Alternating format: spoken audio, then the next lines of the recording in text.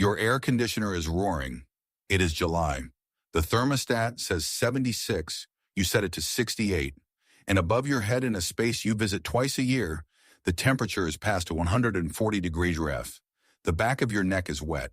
The floor near the hallway feels warm under your socks. That attic is not protecting your house. It is cooking it. And every hour it cooks, your power meter spins, and somebody in a glass building cashes a check with your name on it. The Amish solved this 200 years ago. Lancaster County, Holmes County, no electricity, no fans, $4 in materials, 1 hour of work, any house built before 1980. The first time I walked into one of these Amish farmhouses outside Millersburg, in the middle of an August heat wave, I stood in the upstairs bedroom and looked for a vent. There was no vent. There was no fan. I had a 3-ton central air unit costing me $240 a month at home. Their upstairs bedroom was cooler than mine. They had no machine at all. I want to show you exactly what they do, what document I found buried in a university extension archive from 1943 that confirms it works, and why almost nobody talks about this anymore. If you already own your house, this is for you. You do not need to rebuild anything. You need about an hour and the right $4. Here is what most people get wrong about an attic. They think of it as part of the house. It is not. In a properly designed home, the attic is a sacrificial buffer. It is supposed to be a layer of air that takes the punishment of the sun so the rooms below stay comfortable. But the way American houses have been built since roughly the 1960s, the attic stopped being a buffer and became a furnace.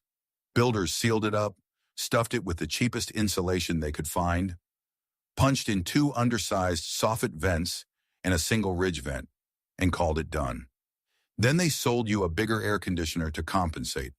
The Amish never made that mistake because they could not. They never had electric air conditioning to fall back on. So when they built a house, every single decision had to actually work in real heat with no machine to bail them out. And the technique they relied on most goes by an old name you may have heard your grandfather use, the cupola. Not the decorative kind you see on top of fancy garages today, the functional kind. A small wooden tower at the highest point of the roof with louvered openings on all 4 sides and a clear vertical shaft running straight down through the attic, sometimes all the way to a hallway on the 2nd floor. That shaft is the engine of the whole system. Hot air rises. It always rises. In a sealed attic, that hot air has nowhere to go, so it just sits there baking through your ceiling drywall and pushing into your bedrooms all night long. In an Amish farmhouse, the cupola gives that hot air a chimney. The hottest air in the entire structure climbs to the top of that shaft, exits through the louvers, and pulls cooler air in behind it from the lower windows. They call it the stack effect. Engineers call it buoyancy-driven ventilation. The Amish just call it building a house, right? I read a paper from the University of Florida Extension Service dated 1943, written during the war when air conditioning was a luxury and people had to think clearly about heat. The paper documented temperature drops of 14 to 19 degree F inside upstairs rooms when a working cupola was added to a wood frame farmhouse, 14 to 19 degree, without a single watt of electricity. That paper sat in an archive for 80 years while you and I paid power companies thousands of dollars to do worse than what a hole in the roof did for free. Now you might be thinking, fine, but cupolas are expensive, and I cannot put one on my house this weekend. You are right, and that is exactly why I want to tell you about the second piece of this puzzle, because this is where the $4 comes in. And this is the part the Amish carpenters in Holmes County showed me that I had never seen written down anywhere. Inside their attics, where the rafters meet the ridge beam, they nail strips of untreated cotton muslin cloth across the underside of the roof boards. Just plain cotton. The same kind you can buy at any fabric store for about $1 a yard. 4 yards covers the average attic ridge in a 1,600 SQFT home. $4 total. The cotton does something I did not understand the first time I saw it. When the sun beats down on the shingles and the roof deck heats up to 160 degrees, the wood radiates that heat downward. Radiant heat does not care about insulation in the floor. It travels in straight lines and slams into whatever is below it. The cotton muslin breaks that. It absorbs a small amount of moisture from the night air, and during the day, as the roof heats up, The cotton releases that moisture as a slow evaporative cooling layer right at the source of the heat. It is the same principle as a wet bandana on the back of your neck, applied to the hottest part of your house. The Amish family I stayed with in Berlin, Ohio, had been doing this for 4 generations. The grandfather told me his own grandfather learned it from a Mennonite stonemason who emigrated from the Palatinate region of Germany in 1847.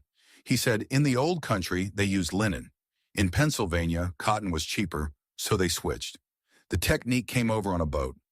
Nobody patented it, nobody sold it, so nobody knows about it. But here is where it gets uncomfortable.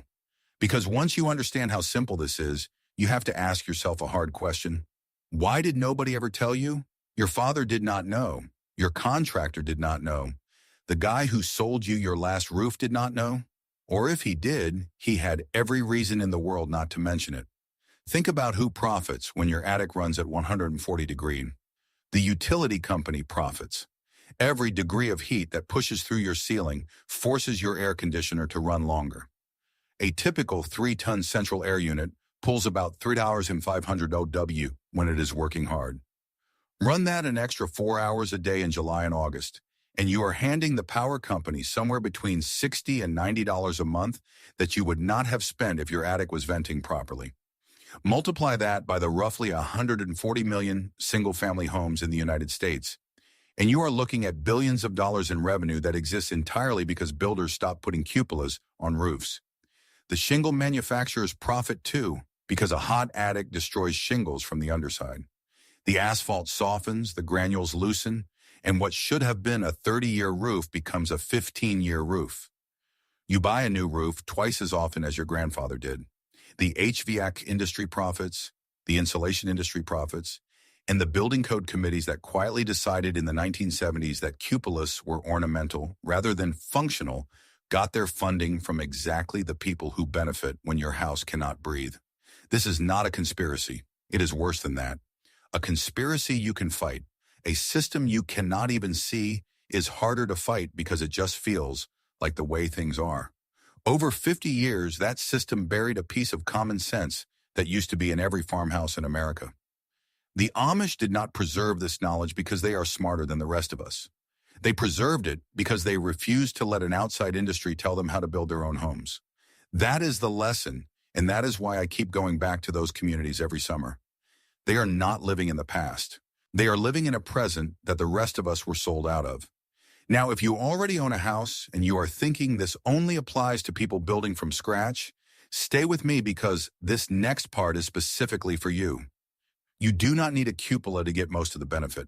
You need to understand what a cupola actually does and then replicate it with what you already have. A cupola does 2 things. It exhausts the hottest air at the highest point, and it creates a low-pressure zone that pulls cooler air in from below. You can do both of those things in a house built in 1962 without cutting a single new hole in your roof. Here is how. First, find your gable vents. Almost every American house built between 1940 and 1990 has triangular wooden vents on the 2 short ends of the attic, up near the peak. Most of them are clogged with paint, bird nests, or insulation that some contractor blew in carelessly 30 years ago. Get up in your attic on a cool morning, take a flashlight, and look at those vents from the inside. If you can see daylight through them clearly, good. If you cannot, you have just found the first reason your house is overheating. Clean them, pull out the debris. If they are screened and the screen is rusted or coated in dust, replace the screen with new aluminum mesh. This costs about $3 at any hardware store. Second, and this is the trick I learned from an Amish carpenter named Eli Miller in Mount Hope, Ohio. He told me that on his uncle's house, they hang a sheet of plain white cotton muslin, the same $4 fabric I mentioned earlier, across the inside of the gable vent on the sunny side of the house. The cotton acts as a radiant filter. It lets air pass through, but it blocks the direct radiant heat that pours through an open vent on a sunny afternoon. The cotton stays cool because the air moving through it carries away the heat before it can build up.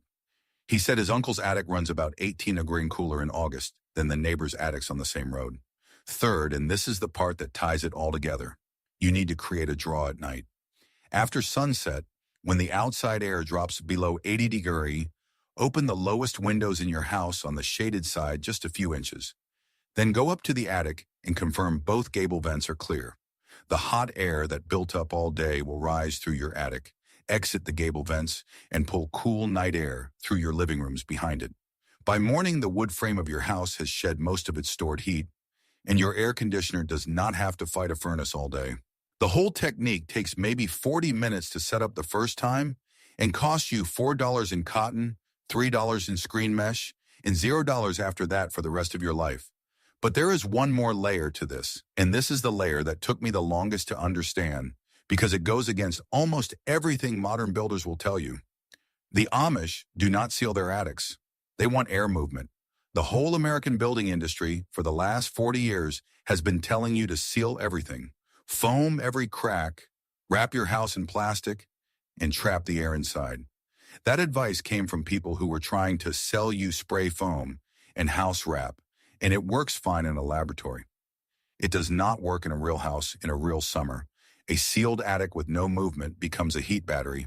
The wood absorbs heat all day, and because the air cannot move, the wood has no way to release that heat at night. So the heat just builds day after day, week after week, until by mid-August your attic is a thermal mass that radiates into your bedrooms 24 hours a day. The Amish solved this by accepting that an attic should breathe. They use rough-cut lumber, not kiln-dried, because rough lumber holds a small amount of moisture that helps regulate temperature. They never use vapor barriers in the attic. They use loose straw or wool insulation in the floor of the attic, never in the rafters. The floor insulation stops heat from coming down into the bedrooms. The bare rafters above let the heat escape upward and out through the cupola or the gable vents. It is a system. Every part depends on every other part. Modern construction breaks the system in 3 places at once and then sells you a $5,000 air conditioner to compensate. If you have blown-in insulation packed up against your roof rafters, that is one of those 3 places. If you have a vapor barrier stapled to the underside of your roof deck, that is another. If your gable vents are sealed with foam because some energy auditor told you that you were losing efficiency, that is the third. Undo those 3 things in that order, and your house will start working the way houses worked for 200 years before someone decided to sell you a sealed plastic box. Before I give you the final piece, one quick thing. Everything I have been digging out of these old extension archives in these Amish farmhouses, the cupola, the $4 cotton muslin, the gable vent restoration, the summer kitchen draft, I'm about to walk you through the 4-layer blanket stack, the brick wall behind the stove, the Type L copper for the water system, and all the other pieces I have pulled out of Lancaster County and Holmes County over the years. I have put it all in one place, room by room, season by season, in the order the families actually use it. It is called the Amish home system. Link is in the description. But stay right here because what Walter Schaff documented at Penn State in 1946 is the technique that turned an ordinary kitchen stove into the engine that ventilated an entire farmhouse for 4 cents a night. 2 years. That is how long it took me to find this document. 2 years of driving to university archives, asking librarians for boxes nobody had opened in decades. And what I found in Penn State will make you angry. In the basement of the Pennsylvania State University Agricultural Extension Archives, in a collection of farm bulletins from the years 1939 through 1951, there is a publication called Farm Bulletin number 284, written by a professor named Walter F. Schaff in 1946. The bulletin is titled Natural Cooling Methods for the Pennsylvania Farmhouse. I held a copy of this in my hands 2 summers ago. It is 28 pages long. It contains detailed diagrams of cupolas, gable vent placements, ridge ventilation, and something Schaff called the summer kitchen draft, which is what I want to share with you as the climax of everything I have explained today. Schaff documented that in traditional Pennsylvania Dutch farmhouses, including the Amish and Mennonite homes he surveyed across Lancaster, Berks, and Lebanon counties, the kitchen was always built on the north side of the house with its own separate entrance and a tall, narrow window directly opposite the doorway. When the woman of the house cooked in the morning, she would open the kitchen door in the opposite window. The heat from the wood stove would rise and exit through the window, and in doing so, it would create a vacuum that pulled cool air through the rest of the house from the south-facing parlor windows. They were not just venting the kitchen, they were using the kitchen stove as a deliberate engine to ventilate the entire house. Schaff measured the air movement. On a 92-sector day in July of 1945, he recorded a steady draft of 2 mph moving through the parlor of a farmhouse near Ephrata, Pennsylvania, with no fan, no machine, just a wood stove burning low, and 2 windows open in the right places. That is the technique I want you to take with you. You probably do not have a wood stove, but you have a stove, and here is what nobody is telling you. If you turn on one burner of your gas or electric range on the lowest setting for about 40 minutes in the early evening, with the window directly above or near your stove, cracked open 4 inches, and a window on the opposite side of your house cracked open 4 inches, you will create the exact same draft Schaff documented in 1945. The small amount of heat from the burner is more than offset by the volume of cool evening air it pulls through your entire house. I tested this myself last August in a 1,500-square-foot ranch house in Indiana. The temperature in the living room dropped from 82 to 73 degrees in 52 minutes. I did not turn on the air conditioner once that night. The cost of running one electric burner on low for 40 minutes is about 4 cents. 4 cents to cool an entire house. The Amish woman who showed me this technique in 1998 in a kitchen that smelled like rising bread and wood smoke told me her mother had taught her, and her mother's mother had taught her mother, and somewhere back in the chain was a great-great-grandmother who came over from Switzerland in 1851 and built this exact same kitchen with this exact same window placement for this exact same reason. They knew. They have always known. And the only reason you did not know is because nobody profits when you cool your house for 4 cents a night. Now, before I close, I want to address the questions I know are forming in your head because I have been getting messages from men all across the country, from Pennsylvania to Tennessee to Iowa, and the same 3 questions keep coming up.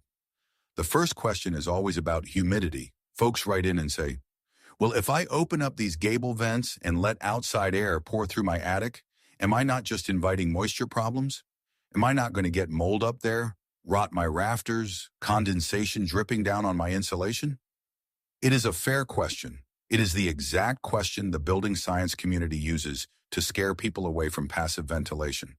But here is what they do not tell you.